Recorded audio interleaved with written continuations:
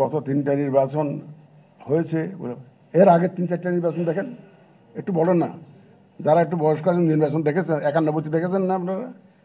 আপনারা 96 নির্বাচন দেখেন নাই, 2001-এর নির্বাচন দেখেন নাই, 2008-এর নির্বাচন দেখেন নাই।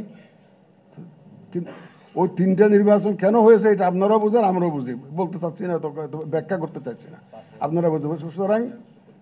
সুতরাং এখন তো সে পরিস্থিতি নাই, এখন সেই পরিস্থিতি নাই। এখন নির্বাচন কমিশন সম্পূর্ণ স্বাধীন। এখানে কোনো ডানে বামে উপরে নিচে কোথার থেকে কোনো চাপ নেই। আমরা শুধু এখন বিবেকের চাপে আছি, আর কোনো কিছু না। আমরা শুধু বিবেকের চাপে, আইন কানুনের চাপে, শাসনতন্ত্রের চাপে, এই বিধিবিধানের মধ্যে কাজ করার যে একটা প্রেশার, সেটুকুর মধ্যে আছে। অন্য কোনো বহি শক্তির কোনো চাপ আমাদের উপরে নাই, যেটা আগের কমিশনের উপরে, 3টা কমিশনের উপর ছিল। এখন 3টা ইলেকশন ওই জন্য হয়েছে। কিন্তু আপনারা যখনই 3টা ইলেকশনের কথা বলেন, একটু দয়া করে আগের ইলেকশনগুলোর দিকে যাবেন। তাহলে দেখবেন যে সম্ভব, এই দেশে সবই সম্ভব।